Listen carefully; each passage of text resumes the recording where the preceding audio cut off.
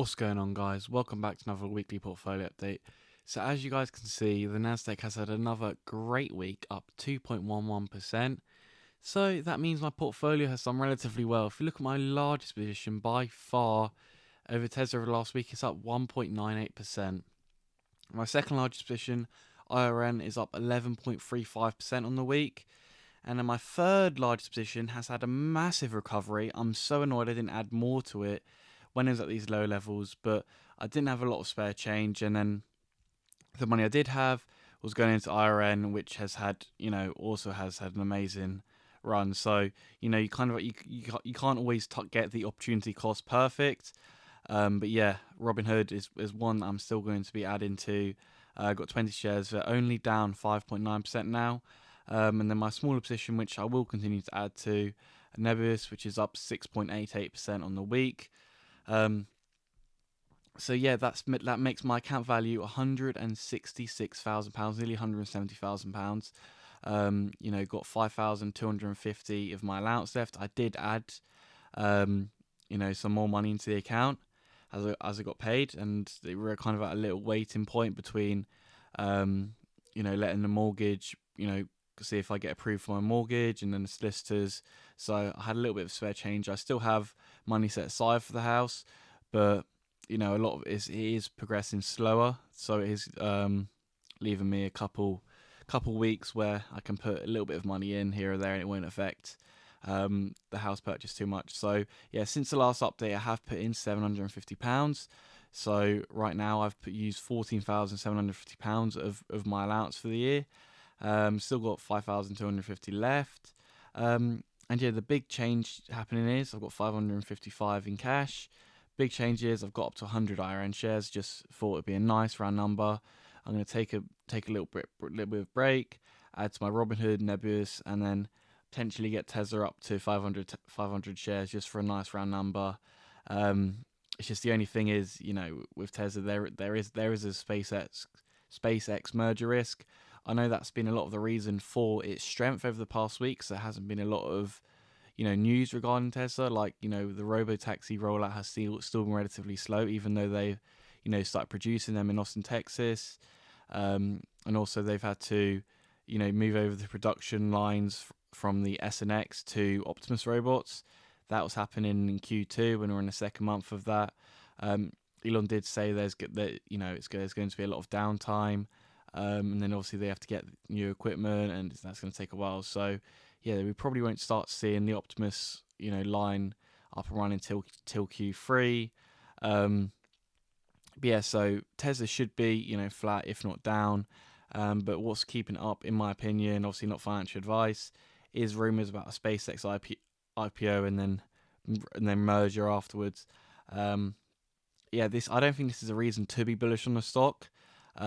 Obviously, if Tesla ran past 500 and it was only due to this IPO, maybe I'll be looking at trimming some of it.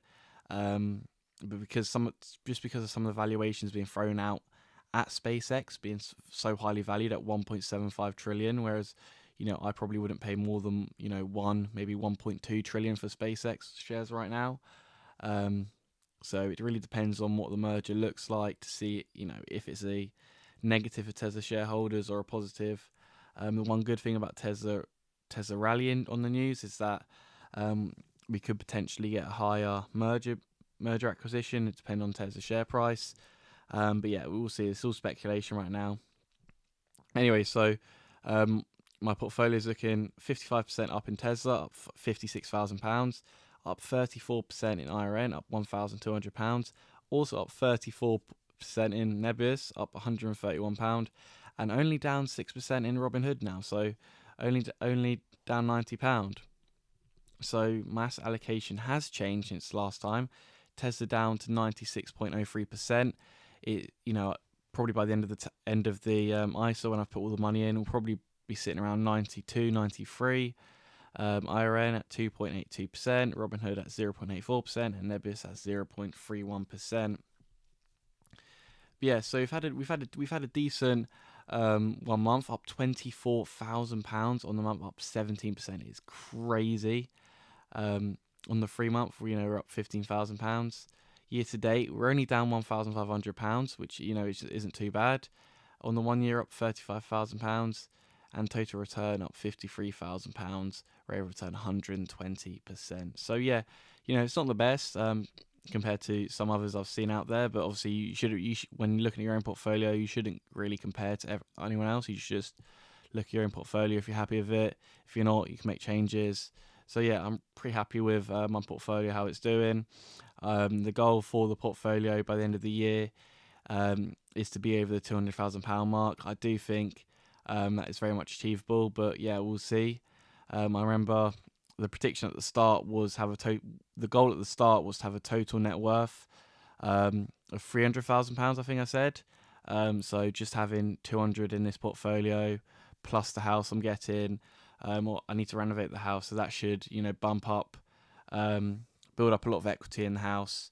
And also, I'm not selling any of this portfolio to fund the house, which is good. So, yeah, what we're looking at to get to the 300k goal or net worth by the end of the year, is going to get 200k from this account.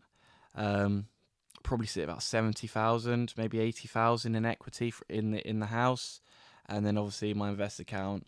When I continue to build that up with spare change after I complete on the house, and yeah, I start building up my invest account again because I did completely empty it, chucking into my ISA when the new tax year hit, which is why I've already contributed £14,750 into this account, and we're only 2 months into the tax year. So that's the reason why I'm already very much used up all of my ISA allowance, is because I just completely emptied my invest account.